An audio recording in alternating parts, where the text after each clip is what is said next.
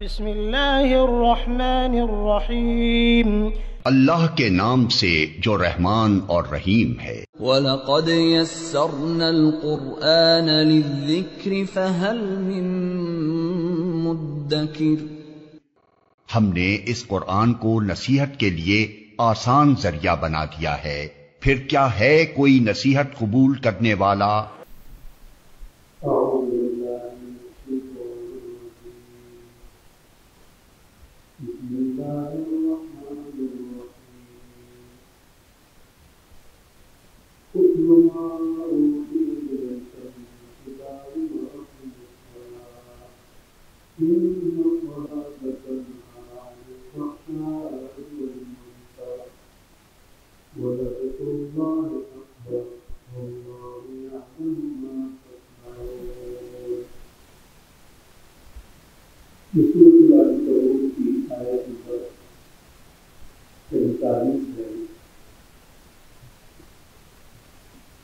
और इन आयात में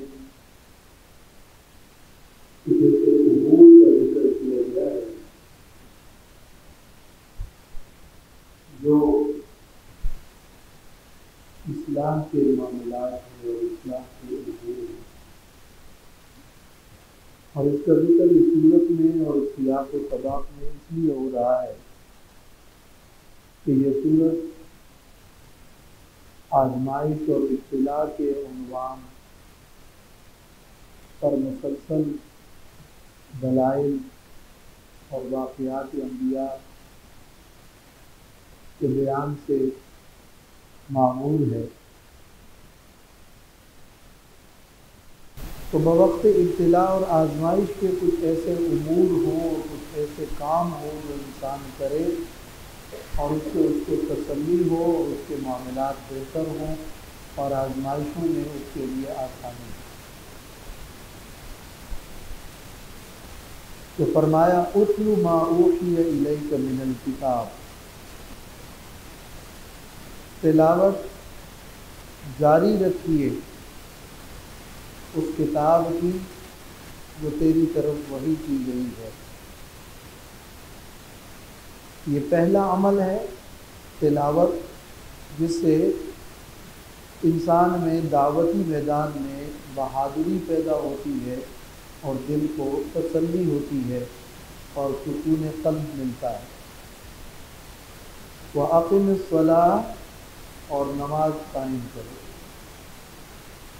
ये दूसरा अमल है कि जिससे इंसान की इस्लाह होती है और तसल्ली होती है और सुकून क़ल्ब मिलता है। आजमाइश और गम के वक्त में भी इंसान नमाज की तरफ मुतवज्जे हो तो उसका गम हल्का होता है। और आप सल्लल्लाहु अलैहि वसल्लम को भी जब कोई परेशानी होती तो आप नमाज पढ़ते। तिलावत में फिर आयात अल्लाह ताला की तौहीद के अंबिया अलैहिस्सलाम पर जो हालात गुजरे हैं उसका तज़किरा, मुनकिरीन और मुखालिफीन के रवैये और ख़ुद कुरान करीम की आयात की वो रवानी और तासीर, ये इंसान की रूहानियत को बड़ी तस्कीन बख्शती है। उतलू का एक माना तो ये है कि किताबुल्लाह की तिलावत कीजिए, यानी इसकी तालीम जारी रखिए। उतलू तिलावत करना और पढ़ना बतौर तालीम के भी होता है, बतौर तज़कीर के भी होता है और बतौर इबादत और तअब्बुद के भी होता है। यहाँ तीनों ही माने मुराद हैं। कुरान पढ़िए, इसकी तिलावत जारी रखिए, इसकी दावत दीजिए और बयान अपना जारी रखिए। उतलू का माना ये अपना बयान और अपनी तालीम जारी रखें। हालात कुछ भी पेश आए, लेकिन आपकी तो जिम्मेदारी ये है कि उतलू मा ऊहिया इलैका मिनल किताब, या इन लोगों को समझाने के लिए और आजमाइश के दौर में भी आप नसीहत का सिलसिला जारी रखें और ख़ुद भी कुरान मजीद की तिलावत को अपनी ऐसी आदत बना लें कि वो अल्लाह तबारक व तआला के करीब करने के लिए और हुसूल सवाब के लिए भी अमल तिलावत जारी है। तो उतलू के अंदर ये तीनों बातें शामिल हैं।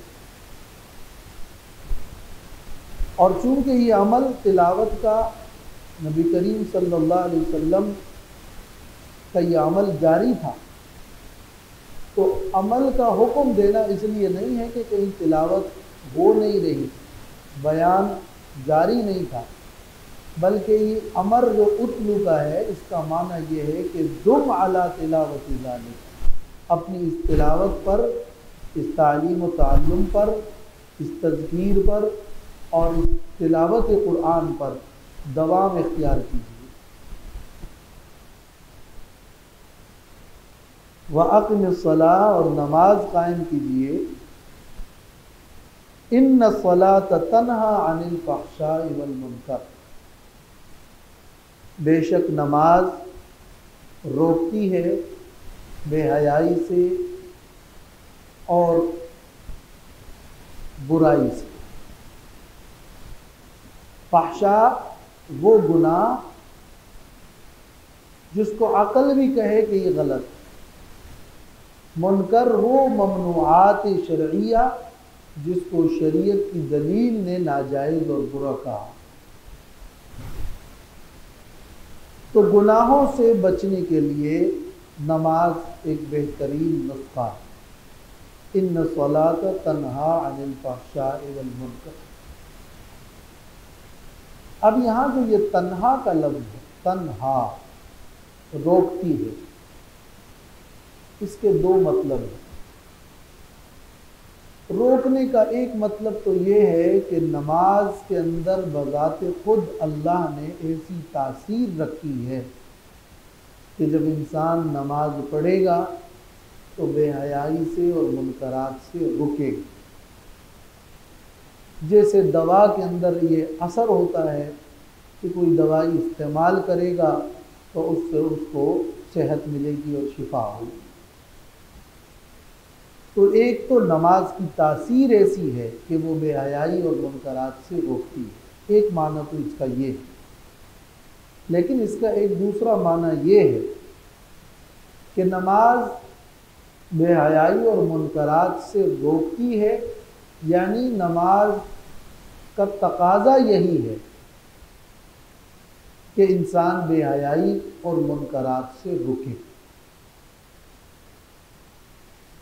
अब अगर नमाज का तकाजा ये है कि वो बेहयाई और मुनकरात से रोकती है, तो इसके साथ ये बात इस दूसरे माने के एतबार से ये बात लाजिम नहीं है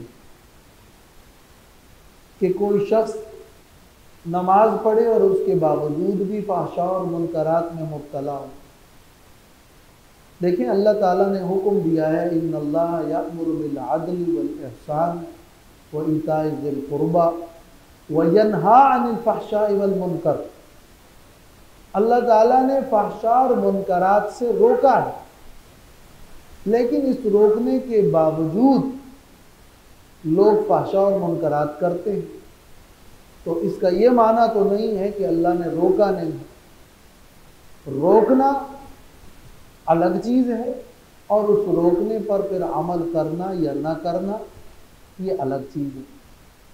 नमाज रोकती है, फिर अब नमाजी रुके या ना रुके, लेकिन नमाज रोकती है फ़हशा और मुनकरात से।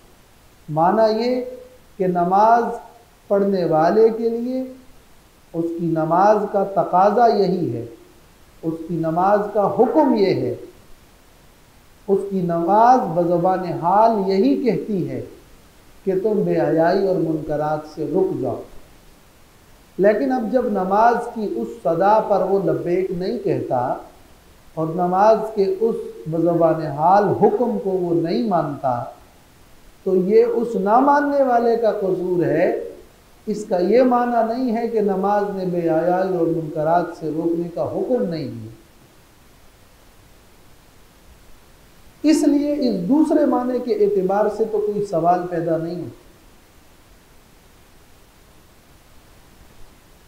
कि जब कुरान ने फरमा दिया है कि नमाज बेहयाई और मुनकरात से रोकती है, तो कोई ये सवाल उठाए कि फिर बहुत से लोग जो नमाज पढ़ते हैं तो वो नमाज पढ़ने वाले फहशा या मुनकर में मुब्तला क्यों हो जाते हैं? जब नमाज रोकती है, वो नमाज पढ़ रहा है और फिर भी फहशा और मुनकर में है। तो ये सवाल इस दूसरे माने की बिना पर तो वारिद नहीं होता, इसलिए कि दूसरे माने का मतलब तो ये है कि नमाज का ये हुक्म है, जैसे अल्लाह ने भी रोका है फहशा और मुनकरात से, लेकिन अब लोग नहीं मानते उस हुक्म को, तो ये तो लोगों का कसूर है कि वो उस हुक्म को नहीं मानते, ये हुक्म देने वाले का कसूर तो नहीं। ये नमाज का तो कोई इसमें कसूर या रोल नहीं होगा, वो तो जो लोग नमाज पढ़ने के बावजूद बेहयाई और मुनकरात में मुब्तला हैं, तो इसका माना ये कि वो अपनी नमाज के तकाजे पर अमल ही नहीं करते। इसलिए तफसीर रूहुल मानी में अल्लामा आलूसी ने लिखा है कि ये जो इश्काल लोग करते हैं कि फहशा और मुनकरात से नमाज रोकती है, तो बावजूद नमाज के लोग फहशा और मुनकरात में मुब्तला क्यों होते हैं? फरमाते हैं ये इश्काल इसलिए होता है कि एक है रोकना, तो एक है नहीं, और एक है अल-इंतिहा। एक है रोकना, एक है रुक जाना, बाज आना। तो रोकना और बाज आने में कोई तलाजुम नहीं है, ये तवक्कुफ और बातें हैं। लिहाजा ये इश्काल तन्हापन इस माने के एतबार से वारिद नहीं होगा। लेकिन इस आयत का सिर्फ ये माना नहीं है कि नमाज का तकाजा ये है कि तुम बेहयाई और मुनकरात से रुक जाओ। तकाजा तो जरूर है, इसलिए कि जब बंदा अल्लाह के सामने खड़ा होता है और अल्लाह की बंदगी का इजहार करता है और अल्लाह से ये अहद करता है कि अल्लाह मैं तेरी ही बंदगी और इबादत करूंगा, तो इस इकरार और इस एतराफ और इस मुआहदे और इस बंदगी की इस कैफियत का तकाजा यही बनता है कि वो अब गैर नमाज में भी गुनाहों से बेहयाई से रुक जाए। ये तकाजा तो अपनी जगह है, लेकिन अलावा इस तकाजे के फहशा और मुनकरात में मुब्तला शख्स उसके लिए नमाज का ये अमल अपने अंदर ये असर और तासीर रखता है कि जब वो नमाज पढ़ेगा तो इस नमाज के पढ़ने की बदौलत वो इन फहशा और मुनकरात से रुकता और मना होता चला जाएगा। सिर्फ ये उसका हुक्म है और उसका तकाजा ही नहीं है, बल्कि ये इस नमाज की तासीर है कि जब इंसान नमाज का पाबंद होगा तो फिर वो फहशा और मुनकरात से बाज रहेगा। इसलिए फिर इस दूसरे माने के एतबार से जब ये इसकी तासीर है, इस दूसरे माने के एतबार से ये सवाल उठता है, उस पहले माने के एतबार से तो नहीं उठता। वो ये कि जब नमाज में अल्लाह ने ये तासीर रखी है तो बावजूद नमाज पढ़ने के फिर ये असर जाहिर बाज़ औक़ात बसा औक़ात क्यों नहीं होता? तो ये इसलिए नहीं होता कि नमाज का ये असर जो जाहिर होता है उसके लिए कुछ शराइत है। दवा की तासीर में ये शर्त है कि दवा ओरिजिनल हो। 2 नंबर दवा होगी तो फिर असर नहीं होगा। आप कहते हैं कि इस दवा का असर नहीं होगा, तो क्यों नहीं होगा? भाई कौन सी दवा ली है, ओरिजिनल है या 2 नंबर? ओरिजिनल होगी तो असर होगा। फिर दवा लेने में एक वक्त है कि आप इसको 3 टाइम लें, 5 टाइम लें। अब आप वो दवा इस्तेमाल कर रहे हैं तो कितने टाइम ले रहे हैं? डोज क्या है? उसमें अगर कमी पेशी होगी और कोई मसला होगा तो फिर भी उस तरह तासीर नहीं होगी। फिर दवा के इस्तेमाल के साथ साथ परहेज भी होता है। उसके कुछ शराइत हैं, कुछ आदाब हैं। नमाज पढ़ने वाला अगर उस नमाज को सुनन और आदाब के साथ अदा करे, पाबंदी के साथ अदा करे, नमाज के अल्फाज पर तदब्बुर रखे और खुशू और खुजू के साथ नमाज अदा करने की पाबंदी करे, 5 वक्ता वो वुजू में रहे, तो ये अमल और ये कैफियत जब दवा में इख्तियार कर जाए, फिर दवा की तासीर में कुछ वक्त भी तो लगता है। ऐसे तो नहीं है कि आज दवा ली, पाबंदी से ली, 2 दिन ली, 3 दिन ली, असर हो गया। कभी बाद दवाओं की तासीर में महीना लग जाता, कभी ज्यादा वक्त भी लग जाता। तो उस नमाज में जो कि बेहतरीन और मसनून और तदब्बर वाली नमाज, और उसको बर्बाद और पाबंदी से जारी रखें, तो एक वक्त गुजरने के साथ साथ मुख्तलिफ अफराद पर उसकी तासीर जरूर जाहिर होती है। किसी पर कम वक्त लगेगा, किसी पर ज्यादा लग जाएगा, किसी पर असर ज्यादा होगा, और किसी की नमाज और उसके पाबंदी की कैफियत के मुख्तलिफ होने से असर मुख्तलिफ होगा। लेकिन ऐसा नहीं है कि नमाज पढ़ने के साथ उस पर फाशा और मुनकरात से रुकने का कोई असर नहीं होगा। ऐसा आप नहीं कह सकते कि कोई असर नहीं होगा। आप अच्छी तरह नमाज पढ़ेंगे, बावजू रहेंगे। एक शख्स जो बावजू रहे वो बेहयाई की तरफ, अगर वो बेहयाई या मुनकरात में मुब्तला भी है, उसकी ये नमाज, ये आजिज़ाना और खुशू वाली नमाज और इसकी पाबंदी, एक वक्त वो आएगा कि जब वो इन बुराइयों से बाज आएगा, इन बुराइयों में कमी आती रहेगी, उसके लिए वो बुराई करना मुश्किल हो जाएगा और उसको वो माहौल फराहम होता रहेगा। जाहिर है कि इंसान पर सोहबत का बड़ा असर होता है। जब वो 5 वक्ता होगा मस्जिद में, जब वो नमाजियों के बीच में होगा, जब वो अल्लाह अकबर की सदाएं बुलंद करेगा, जब वो पाक साफ रहेगा, तो ऐसा 5 वक्ता पाक साफ रहने वाला आदमी बेहया नहीं हो सकता। फिर उसके दिल में कोई ना कोई तासीर उस अल्लाह के जिक्र की नमूदार होती ही है, और यूँ उसके ईमान को ताजगी मिलती है और गुनाहों से वो बचता रहता है। या कम से कम जब तक वो नमाज में है तो वो तो नमाज में गुनाह से तो बचा ही रहा ना। इसलिए बाद उलमा ने यह माना भी किया है कि नमाज बेहयाई से रोकती है, तो नमाज पढ़ने वाला कौन सी बेहयाई कर रहा होता है? जब तक नमाज में होता है तो बेहयाई से तो रोक ही रखा ना। जब तक वो नमाज में है तो बेहयाई से रुका ही रहा। नमाज रोकती है तो जब तक नमाज में है तो वो रुका ही रहा। हाँ, इस पर यह सवाल पैदा होता है कि ये तासीर सिर्फ नमाज में नहीं बल्कि दूसरे तमाम आमाल में, नेक आमाल आप जब तक तिलावत में होंगे तो आप गुनाह से बचे ही रहे, आप किसी और नेक अमल में होंगे तो गुनाह से बचे ही रहे। तो उसका जवाब दिया जा सकता है कि इस आयत में ये तो नहीं कहा कि सिर्फ नमाज ही बेहयाई से रोकती, सिर्फ वाली बात तो इस आयत में है भी नहीं। हाँ, नमाज ज़रा ज़्यादा मुअस्सिर है फहशा और मुनकरात में, ये आप कह सकते हैं।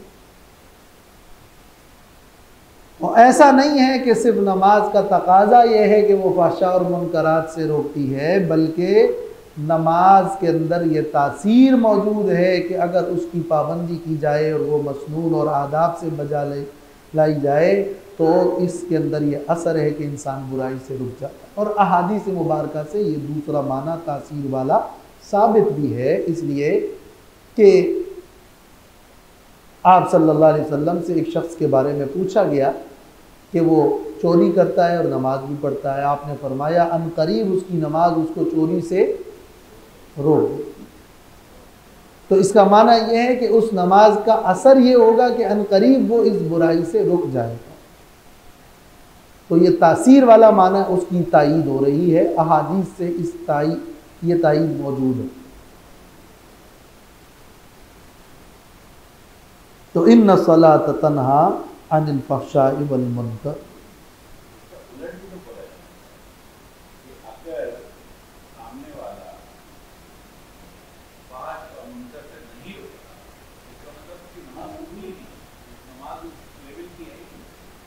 ये बात कि जो शख्स फहशा और मुनकरात से नहीं रुकता उसकी नमाज कबूल ही नहीं, यहाँ इस मकाम पर इमाम इब्न कसीर ने कुछ रिवायात नकल की हैं, मगर मुहक्किकीन के नज़दीक वो सारी रिवायात ज़ईफ़ हैं, कि जिसमें यह है कि जो कोई फहशा और मुनकर से ना रोके तो उसकी नमाज कबूल नहीं होती।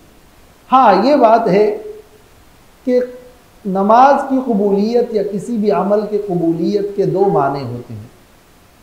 एक माना कबूलियत का ये है कि जो भी अमल वो बजा लाएगा वो अमल कबूल हो गया, यानी उसका अजर मिलेगा और ये बरी ज़िम्मा हो गया। और कबूल नहीं हुआ यानी वो इस अमल से बरी ज़िम्मा भी नहीं हुआ। लेकिन कबूल होने का एक दूसरा माना भी है जो अहादीस से साबित है कि किसी अमल का कबूल होना यह है कि उसकी नूरानियत और उसकी बरकत उसको मिलेगी, और किसी अमल का कबूल ना होना इसका माना यह है कि उस अमल की नूरानियत और बरकत उसको नहीं मिलेगी, अगरचे बरी ज़िम्मा हो जाएगा। एक शख्स है जो शराब पिए तो उसके बारे में अहादीस में है कि उसकी नमाज कबूल नहीं होती। तो अब शराब पीने वाला ये कहे कि मैं शराब पीता हूँ लिहाजा मैं नमाज ही नहीं पढ़ता, इसलिए कि जब हदीस में ये आया है कि नमाज पढ़ने वाले, शराब पीने वाले की नमाज कबूल नहीं होती, तो मैं इसका मतलब ये कि मेरे ऊपर अब नमाज की कोई जिम्मेदारी आयद नहीं हुई। अगर आयद हुई है और मैं पढ़ भी लूँ तो नमाज कबूल ही नहीं होगी। जब नहीं होगी तो मैं क्यों पढ़ूँ? ये सवाल वो क्यों उठाएगा? इसलिए कि हम उनसे कहेंगे, एक शख्स ने नजूमी को हाथ दिखाया, काहिन के पास गया, उसकी नमाज कबूल नहीं होती, यह हदीस में है। इसका मतलब यह है कि इस तरह का अमल करने वाले की 40 दिन तक जब नमाजें कबूल नहीं होती तो अब हम उसको ये मशवरा तो नहीं दे सकते कि आप 40 दिन तक नमाजें ना पढ़ें, या आपसे ये गुनाह हो गया है, 40 दिन तक तो नमाजें कबूल नहीं होगी, जब कबूल नहीं होगी तो आप क्यों पढ़ें? इसलिए कि इस कबूल ना होने का माना यह है कि अब नमाज की वो तासीर, रूहानियत और वो बरकत और नूरानियत नसीब नहीं होगी 40 दिन तक। हाँ, आप पढ़ते रहें, आप बरी ज़िम्मा होते रहेंगे, लेकिन उसकी वो रूहानियत और वो बरकत नहीं होगी। एक शख्स वुजू नहीं करता, उसकी नमाज कबूल नहीं होती। इसका यह माना नहीं है कि मेरा वुजू नहीं था, चलो बरी ज़िम्मा तो हो गया ना, नहीं, वो बरी ज़िम्मा भी नहीं हुआ। इसलिए कि वुजू के बगैर नमाज नहीं होती, यानी वो बरी ज़िम्मा भी नहीं होता। तो कबूलियत के ये दो माने मौजूद हैं। इसी तरह फहशा और मुनकरात से एक शख्स अगर नहीं रुकता तो हम ये तो कह सकते हैं कि वो नमाजी जो नमाज पढ़ रहे और बावजूद उसके फहशा और मुनकरात में हैं, तो हम ये कह सकते हैं कि इसकी नमाज ने इस पर अभी तक असर नहीं किया, या इसकी नमाज की नूरानियत अब मौजूद नहीं है, या उसमें वो तासीर अभी इसको मिली नहीं है, या कम मिली है। ये सब तो हम कह सकते हैं। लेकिन ये अगर हम कहेंगे कि उसकी नमाज कबूल नहीं हुई तो इसका माना ये है कि वो नमाज बिल्कुल गई, अब वो दोबारा नमाज पढ़े, इसका ये माना भी नहीं। तो ये रिवायात अगरचे ज़ईफ़ है, लेकिन अगर उसका कोई माना है, और या इसको जैसे उलट एक मफहूम में ले सकते हैं कि जब नमाज फहशा और मुनकरात से रोकती है और एक शख्स नहीं रुक रहा, तो इसका माना ये हुआ कि उसकी नमाज के अंदर बेएतबार तदब्बुर के, बेएतबार नमाज की अदायगी के, उसकी रूहानियत के, उसके पाबंदी के, उसमें कुछ कमी और कसूर है। वो अपनी इस कमी और कसूर को ख़त्म करने की कोशिश करता रहे और बराबर अपने इस अमल को जारी रखे, अनकरीब के वो फहशा और मुनकरात से पूरी तरह बच जाएगा। वलज़िक्रुल्लाहि अकबर, और अलबत्ता अल्लाह का जिक्र तो बहुत बड़ी शे है। इस जुमले का जो माना है ये अल्लाह का जिक्र, इसको ज़िक्रुल्लाह, अल्लाह का जिक्र। अल्लाह के जिक्र के दो मतलब होते हैं, यानी अरबियत के एतबार से अल्लाह के जिक्र का ये माना भी है कि बंदे का अल्लाह को याद करना, और ज़िक्रुल्लाह का ये माना भी है कि अल्लाह का बंदे को याद करना, जिसको इजाफत इलल फाइल और इजाफत इलल मफऊल कहते हैं। तो वला ज़िक्रुल्लाह अकबर, इसका एक माना ये मनकूल है सहाबे किराम से कि अल्लाह का अपने बंदे को याद करना अकबरो, ये बहुत बड़ी चीज़ है इससे कि बंदा अल्लाह को याद करे, नमाज में या नमाज के अलावा। इस नमाज से अगर इसको आप मिलाएंगे तो माना ये नमाज पढ़िए, तिलावत कीजिए, ये अल्लाह का जिक्र है, लेकिन अल्लाह का बंदे को याद करना तो इससे भी बड़ी बात है। वला ज़िक्रुल्लाह अकबर, यानी वला ज़िक्रुल्लाहिल अब्द मा कान फी सलातिही अकबरु मिन ज़िक्रिल अब्द लिल्लाह, या वला ज़िक्रुल्लाहि इय्याकुम अकबरु मिन ज़िक्रिकुम इय्याहु। अल्लाह का तुम्हें याद करना वो इससे बड़ी बात है कि तुम अल्लाह को याद करते। ये वला ज़िक्रुल्लाह अकबर का एक माना, लेकिन इसलिए कि ये अकबरू का माना ये कि बहुत बड़ा है, तो माना ये कि बड़ा है।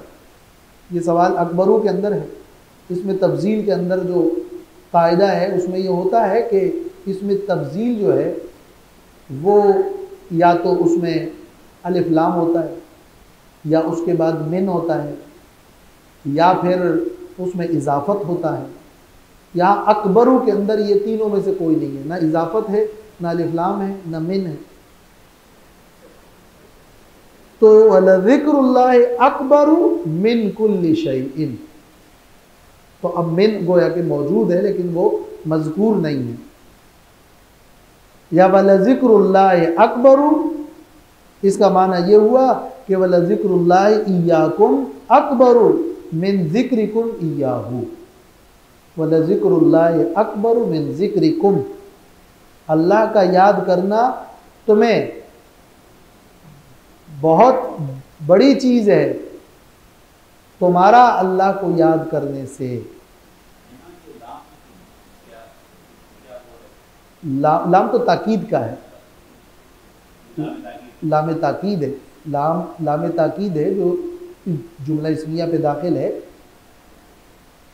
ये जो जुमला है, पहले इस जुमले के ये दो मतलब जहन में रखें कि अल्लाह का जिक्र बहुत बड़ी चीज़ है, या तो जुमला किसी ख़ास मफ़हूम के एतबार से है कि किस चीज़ से बड़ी है।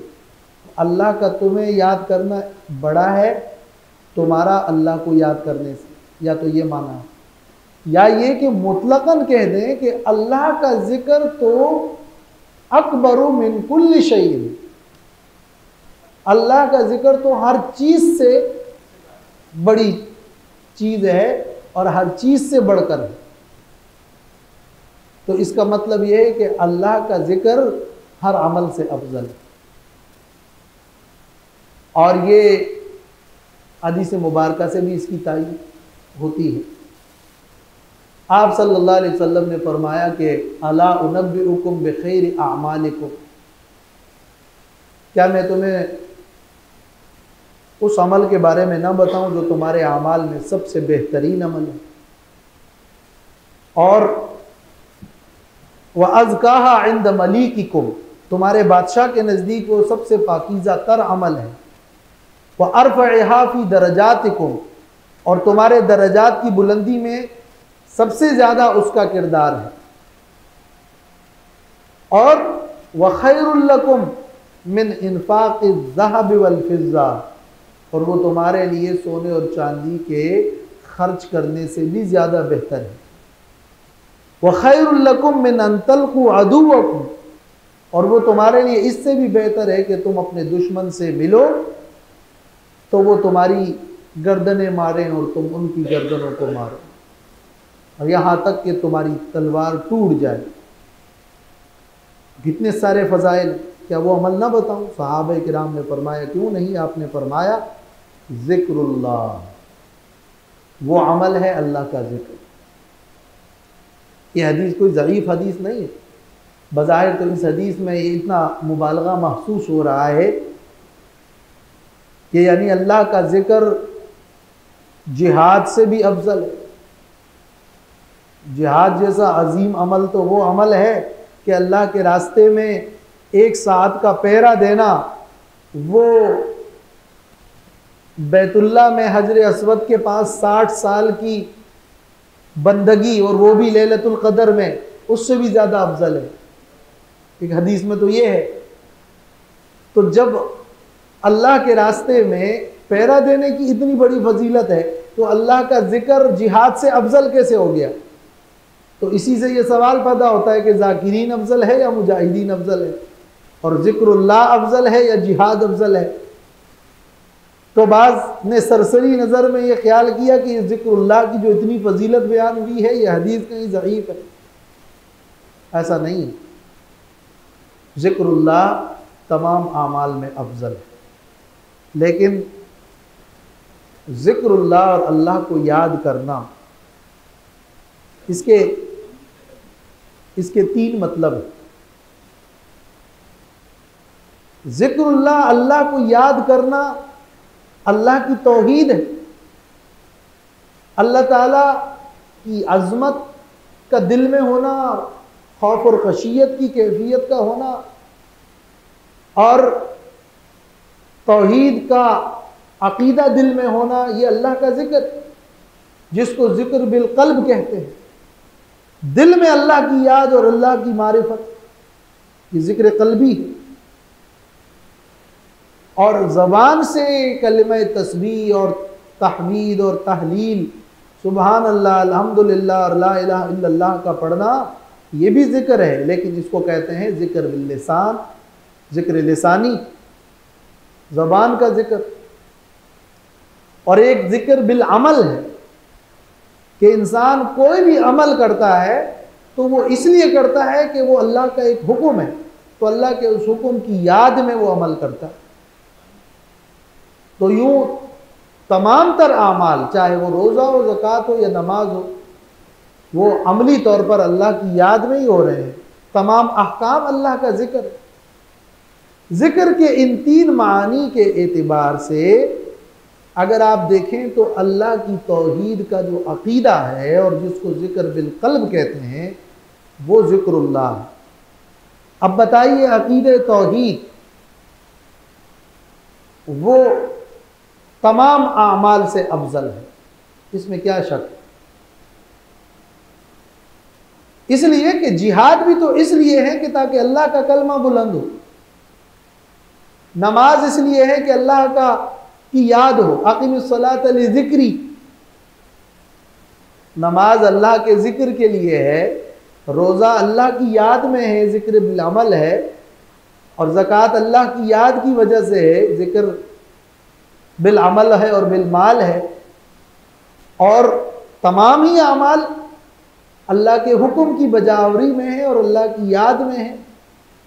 तो अक़ीदे तौहीद जो अल्लाह का जिक्र है और जिक्र बिल क़ल्ब है, उसकी फ़ौक़ियत तो तमाम अमाल पर है। नमाज, रोज़ा, ज़कात, हज, जिहाद, अमर बिल मारूफ नहीं अनिल मुनकर, सब अमाल हैं, फ़र्इयात हैं, और ज़िक्रुल्लाह एक अक़ीदा है। तो इस अक़ीदा तौहीद और एक असल, जो उसूल में से एक असल है, वो फ़रा पर बहरहाल अफजल है। तो अल्लामा इब्न हजर अस्क़लानी फरमाते हैं कि जिस ज़िक्रुल्लाह को तमाम आमाल हत्ता के जिहाद पर भी अफजल करार दिया गया है, उससे ज़िक्र बिल क़ल्ब और तौहीद का अक़ीदा है।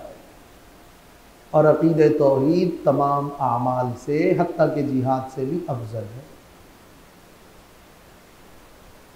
लिहाजा ज़िक्रुल्लाह की अफजलियत अपनी जगह। ज़िक्रुल्लाह गोया ये अफजलुल इबादात, और अफजलुल इबादात के साथ साथ ये अशमलुल इबादात, यानी तमाम इबादात अल्लाह के जिक्र को शामिल है। अल्लाह की याद इबादत में से निकाल दो तो इबादत की रूह ही निकल गई, कोई इबादत इबादत ही नहीं रही। हर इबादत में अल्लाह का जिक्र शामिल है, ये अशमलुल इबादत। तो जब तमाम आमाल में, तमाम इबादत में जिक्र शामिल है, और चूंकि तौहीद हो, अकीदा हो या अमल हो, उसमें जिक्र है ही, तो ये जिक्र को अफजलुल इबादत और अफजलुल आमाल भी करार दिया गया है। और फिर इसके साथ साथ मज़े की बात यह भी है कि ये ऐसरुल इबादत भी है, ये तमाम इबादत में आसान भी है। आसान इबादत हर मौके पर दिल से हो, ज़ुबान से हो, किसी न किसी लम्हे हो, अपने अमल से हो, आप जिक्र जारी रखे हुए। कुछ इस्तिलाहात इस्लामिया ऐसी है ना जिसमें अगर आप उसके मानी की वुसअत को देखें तो पूरा दीन उसमें शामिल हो जाता है। अगर आप शुक्र को खोलें तो गोया कि पूरा दीन शुक्र है। आप जिक्र के मफहूम की वुसअत को देखें तो पूरा दीन जिक्र है। आप तकवा की वुसअत देखें तो पूरा दीन तकवा है। कि आप बाज़ अल्फाज और इस्तिलाहात ऐसी इस्लाम की, कुरान की, सुन्नत की ऐसी जामियत रखती है कि उसके मानी और उसके मफहूम और उसके अक़साम के बयान के बाद उस लफ्ज़ में पूरा दीन ही नज़र आता है और पूरा दीन ही समझ में आ रहा होता है। तो वला ज़िक्रुल्लाह अकबर का इस माने में कि अल्लाह का ज़िक्र सबसे बड़ी चीज़ है, यानी मुतलक़न हर चीज़ से अफजल है। अल्लामा इब्न अतिया गरनाती अपनी तफसीर में लिखते हैं, जो कि उनका कौल इमाम कुर्तुबी ने भी नकल किया है इसी आयत की ज़ेल में, कि वइंदी अन्नल माना वला ज़िक्रुल्लाह अकबर अलल इतलाक़। मेरे नज़दीक इस आयत का माना यह है कि मुतलक़न अल्लाह का ज़िक्र हर अमल, हर चीज़ से अफजल। और फरमाया हुवल्लज़ी यन्हा अनिल फ़हशाई वल मुनकर, वो जो फ़हशा और मुनकरात से रोकने वाली चीज़ है नमाज के अंदर भी, वो अल्लाह का ज़िक्र है। फ़लजुज़उल्लज़ी मिन्हु फ़िस्सलात यफ़अलु ज़ालिका व कज़ालिका यफ़अलु फ़ी ग़ैरिस्सलात लिअन्नल इंतिहा ला यकूनु इल्ला मिन ज़ाकिरिल्लाह व मुराक़िबिन लहू। वो जुज़ और वो हिस्सा जो नमाज में फ़हशा और मुनकरात से रोकने वाला है वो अल्लाह का ज़िक्र है। इसलिए इन्नस्सलात तन्हा अनिल फ़हशाई वल मुनकर के फ़ौरन बाद फरमाया वला ज़िक्रुल्लाह अकबर। वो जो बड़ी चीज़ है, वो जो असल रोकने वाली चीज़ है, वो अल्लाह का ज़िक्र है, अल्लाह की याद है, वो अल्लाह की ज़ात का वो मुराक़बा है कि ये कैफियत अगर नमाज में किसी को हासिल हो गई और इसी कैफियत नमाज में वो नमाज जारी रखेगा तो ज़रूर वो नमाज उसको फ़हशा और मुनकरात से रोकेगी। फिर फरमाया वल हरकातुल लती फ़िस्सलात ला तासीर लहा फ़ी नहयिन, कि नमाज की महज हरकात में वो तासीर नहीं,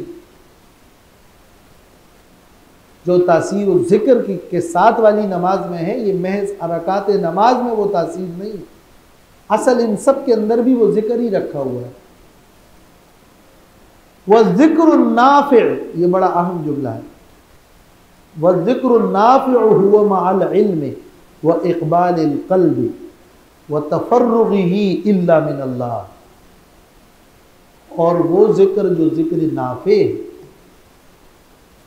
जो आपको फ़ायदा दे, वो ज़िक्र है जो इल्म के साथ और दिल के तवज्जो के साथ और दिल को मासे अल्लाह हर चीज़ से फारिग करने के साथ, व अम्मा मा ला यतजावज़ुल लिसान, और वो ज़िक्र जो ज़बान से नीचे तजावुज़ ही ना करे, फ़फ़ी रुतबतिन उख़रा, उसका रुतबा दूसरा है। ये नहीं कि वो फजूल है, वो फालतू नहीं है। फ़फ़ी रुतबतिन उख़रा,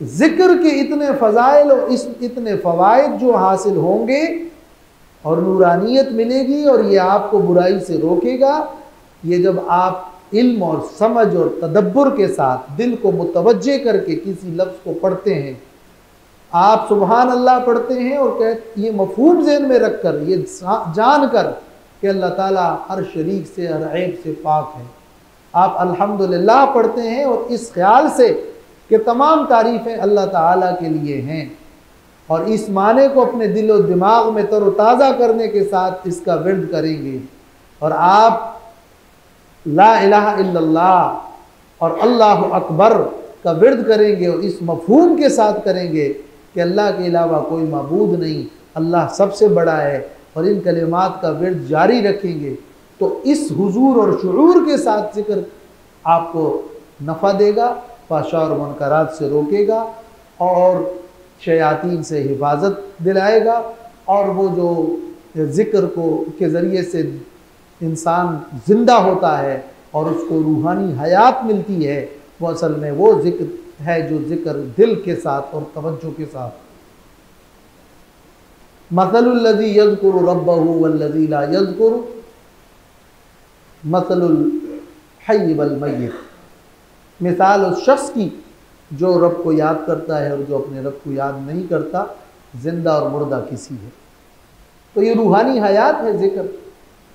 तो ज़िक्र अफ़ज़लुल इबादात है, अशमलुल इबादात है, ऐसरुल इबादात है, हयातुल लिल क़ुलूब है। ये ज़िक्र के फ़ज़ाइल है। वला ज़िक्रुल्लाहि अकबर, अल्लाह का ज़िक्र बहुत बड़ी चीज़ है। हाँ, ये कि उसमें आप वो अमल जारी सारी रखें। बाज़ औराद ऐसे होते हैं, उसका ज़बान पे पढ़ने में अगर आपकी तवज्जो नहीं भी होती तो आप पढ़ते पढ़ते पढ़ते एक वक्त आता है कि तवज्जो शुरू हो जाती है। ज़बान से पढ़ना बेकार नहीं है, इसका भी असर होता है, नफ्सियाती असर होता है कि जब आप किसी लफ्ज़ को, किसी बात को बार बार सुनते हैं या देखते हैं या बार बार उसको बोलते और पढ़ते हैं, तो उसका असर दिल पे पड़ता है। एक बात, एक जुमला आप बकसरत उसका इस्तेमाल करते हैं तो एक वक्त आता है कि फिर उसकी मानवियत जाके दिल और दिमाग में असर कर जाती है। इसलिए ज़िक्रुल्लाह बहरहाल मुफीद है, मगर किसी पर 1, 2, 4 बार पढ़ने से भी वो असर होता है। जो बाज़ लोगों पर असर, वो असर तब होता है जब वो 1 लाख बार पढ़ता है। ये तो है, मिजाज का इख्तिलाफ तो है, मगर उन अल्फाज में असर ज़रूर है।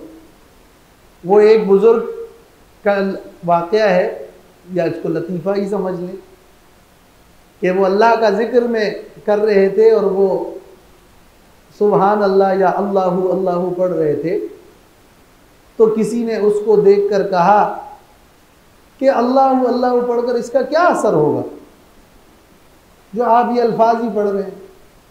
तो उसने कहा, ओ खर तो चीदानी, अरे गधे तुझे क्या पता कि इसका क्या असर है, इसका तो बहुत बड़ा असर है। तो वो गुस्सा हो गया, आग बगोला हो गया, तूने मुझे गधा क्यों कहा। तो उसने कहा कि एक ओ खर के लफ्ज़ का तेरे ऊपर इतना असर हो गया, तो एक बार मैंने सिर्फ खर कहा तो तू इतना आग बगोला हो गया, और तू लफ्ज़ अल्लाह की तासीर नहीं मानता। हालांकि इस एक ही लफ्ज़ का तो तेरे ऊपर असर हुआ है, मैंने और क्या किया है, तुझे यूं कहा है कि ओ खर तो कीदानी। तो असर है अल्फाज का।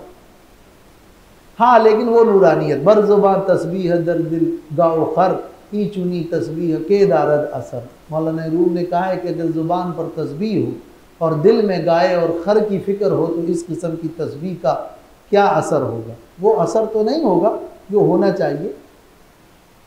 ज़िक्र बहुत बड़ी इबादत है, लेकिन इसको फॉलो करें और इस तरह करें कि उन अल्फाज हुजूर और शुऊर के साथ करें और परहेज़ के साथ भी हो। अगर इंसान इबादत कर रहा है, नवाफिल पढ़ रहा है, लेकिन उसके साथ परहेज़ नहीं हो रहा, एसी खोल दिया और सारी खिड़कियां भी खोल दी, तो ठंडक आएगी भी तो, लेकिन जाएगी भी। अगर आप उस ठंडक को अपने दिल के अंदर बंद करने के लिए भी कुछ काम करें, इंतज़ाम करें, तो फिर उस जिक्र की वो ठंडक आपके दिल में महसूस हो। तो जिक्रुल्लाह की फजीलत यूँ महसूस होती है कि उसको आप जारी रखें। फिर एक और अहम बात, मौलाना मौदूदी ने यह बात कही है और बहुत अहम जिक्र के हवाले से है कि इसके लिए ज़रूरी भी नहीं कि आप एक जगह बैठे हैं तो आप 1-2 घंटे बैठ के जो है कोई विर्द कर लें। जिक्र की एक और कैफियत ये भी है कि इंसान के 24 घंटे की ज़िंदगी में उसके ज़बान से मशरू कलिमात निकले। उसने कोई अच्छी चीज़ देखी, सुबहान अल्लाह, माशा अल्लाह कहा। आइंदा का कोई काम करने का इरादा है तो इंशा अल्लाह कहा। किसी को रुखसत किया तो फी अमान अल्लाह कहा। किसी ने कोई उसके साथ अच्छाई की तो जज़ाक अल्लाह कहा। उसको अपना कोई गुनाह याद आया तो अस्तगफिरुल्लाह कहा।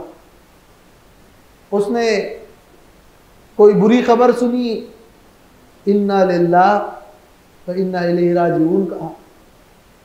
उसने कोई अच्छी बात, उसको नेमत मिली, उसने अल्हम्दुलिल्लाह कहा। अब इस किस्म के जो ये कलिमात हैं और बवक्त मुलाकात अस्सलामु अलैकुम, इन मशरू कलिमात को अगर वो अपनी ज़िंदगी का लाजमी जुज़ बना दें तो टोटली सुबह शाम वो इंशाअल्लाह, माशाअल्लाह और सुबहान अल्लाह और इस किस्म के अल्फाज में वो चलता फिरता जाकिर बन जाए। हाँ, नॉर्मल काम करेगा। तो मखसूस औकात में ज़रूर ज़िक्र करें। नमाज़ों के बाद के कलिमात जो साबित हैं वो पढ़ें। ख़ुद नमाज भी ज़िक्र है, फिर उन तमाम कलिमात में इंसान हुजूर व शुऊर के साथ वो अल्फाज पढ़ता रहे तो इसका बड़ा असर है। एक अल्लाह अकबर अगर बंदा पढ़ता है तो इसका मफहूम समझकर वो पढ़ता है अल्लाह सबसे बड़ा है, अल्लाह सबसे बड़ा। अब वो 5 वक्ता आज़ान में सुन रहा है अल्लाह अकबर, अल्लाह सबसे बड़ा। फिर नमाज़ों में अल्लाह अकबर, अल्लाह अकबर, अल्लाह अकबर कितनी बार, सुन्नत में, नवाफिल में, नमाज़ों के बाद फिर अगर 34 बार अल्लाह अकबर भी वो अल्लाह सबसे बड़ा। एक दफ़ा मैंने इसको गिनने की थोड़ी कोशिश की तो अगर मेरे अंदाजे के मुताबिक एक मुसलमान एक दिन में 466 बार अल्लाह अकबर पढ़ता। अब अल्लाह सबसे बड़ा है, अल्लाह सबसे बड़ा है, तो अल्लाह की बड़ाई दिल में आ जाए और क्या चाहिए, वो बड़ा जाकिर हो जाए। ये एक नजरिया है, एक अकीदा है कि अल्लाह सबसे बड़ा है। इसका मतलब ये कि सब, अब उसके दिलो दिमाग पे कोई शिर्क रहेगा नहीं।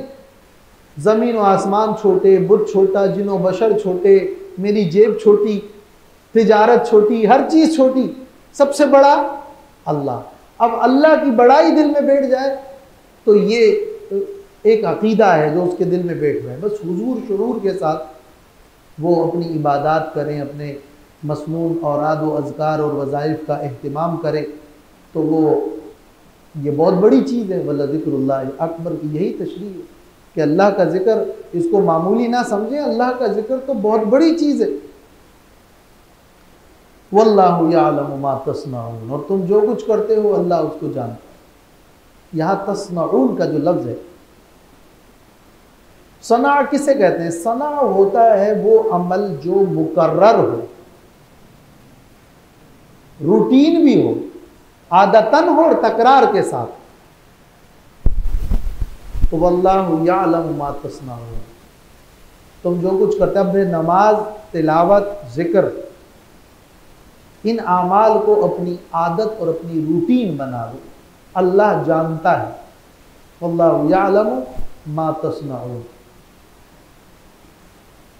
तफसीर माजिदी में है कि तिलावत, जिक्र, नमाज बुनियादी आमाल है। तमाम सुलूक वाले आमाल की सारी बाकी सब आमाल शाखें हैं। बुनियाद ये है ना, इनसे इंसान अल्लाह के करीब होता है, ताल्लुक़ पैदा होता है। तिलावत, नमाज, जिक्र, तिलावत, नमाज, जिक्र, बस बंदा जाकिर बन जाए, सारे अमाल इसके गिर्द घूमते। वो आखिरी दावा।